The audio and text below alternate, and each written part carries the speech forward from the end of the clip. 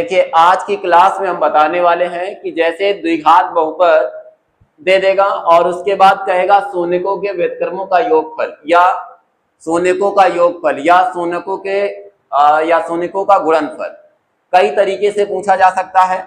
जैसे अब हम पहले द्विघात बहुपद लिख लेते हैं 7x² माइनस का 2x प्लस 1। पहले इतना लिख लिया, ये क्या है द्विघात बहुपद। इससे हम तुलना करा देंगे ए बी सी की वैल्यू पता करेंगे पहले।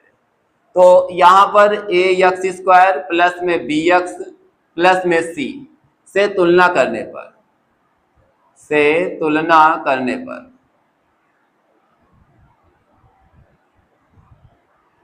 ये नोट कर लीजिएगा।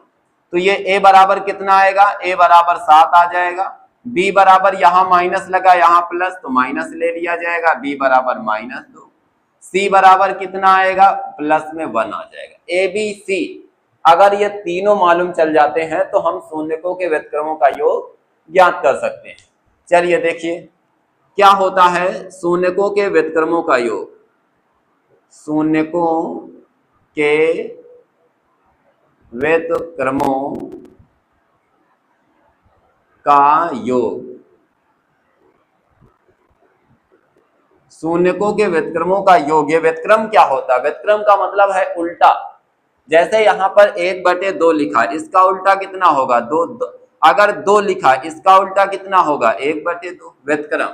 तो शून्य के एक अल्फा है दूसरा बीटा है, तो इसमें से इसका व्युत्क्रम क्या होगा 1/अल्फा, बीटा का क्या होगा 1/बीटा। दोनों का योगफल मांग रहा है, बस यही मांग रहा है। चलिए देखिए यहां से व्युत्क्रम, तो व्युत्क्रम में आता है 1/अल्फा और प्लस में 1/बीटा।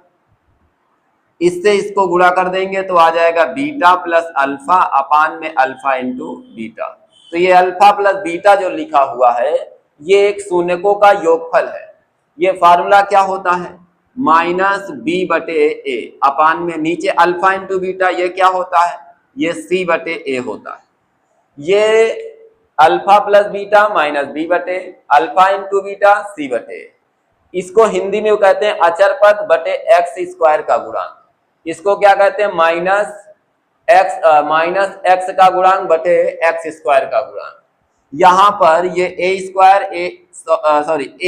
कैंसिल हो जाएगा, -b/c बचेगा, a नहीं, यहां पर b/c बचा।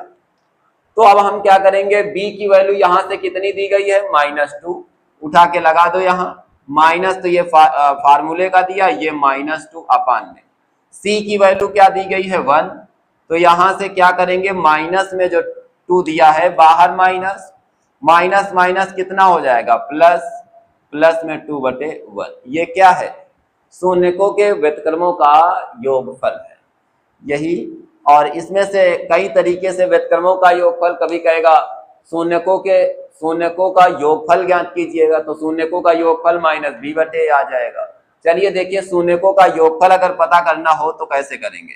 यहाँ पर शून्यकों का योगफल, शून्यकों का योग, और ये शून्यकों का योग क्या होता है अल्फा प्लस बीटा, फार्मूला होता है -b/a। बहुत आसान है, -b, पहले तो b का मान -2 है, पहले तो फार्मूले का माइनस लगा दो, फिर -2/a, a की वैल्यू कितनी है 7 लगा दो, माइनस माइनस कितना हो जाएगा प्लस, 2 कितना आएगा 7। तो यहीं पर कहेगा शून्यकों का योगफल, तो क्या निकालोगे 2/7 आ जाएगा। यही कहता शून्यकों का गुणनफल। चलिए इधर देखिएगा शून्यकों का गुणनफल, शून्यकों का गुणन, शून्यकों का गुणनफल क्या होता है अल्फा इंटू बीटा c/a होता है। ये c कहां से लाए, ये c यहीं से निकल के आया, c बराबर कितना है 1, तो यहां पर लगा दो c = 1। a का मान कितना दिया गया था 7, तो यहाँ 7 आ जाएगा। तो शून्यकों का गुणनफल, ये आंसर तुम्हारा एक होगा शून्यकों का योगफल, और ये आएगा शून्यकों के व्युत्क्रमों का योगफल। इसको चाहो तो 2 लिख सकते हो। तो ये तुम्हारे तीनों आंसर आ गए। ठीक है, अब अगले नेक्स्ट वीडियो में जब लेकर के आएंगे तो k का मान कैसे ज्ञात करते हैं, शून्यकों में जैसे गुणनफल या योगफल के रूप में दिया जाएगा, वहां से हम k कैसे निकालेंगे वो इसके नेक्स्ट वाले वीडियो में लेकर के आएंगे।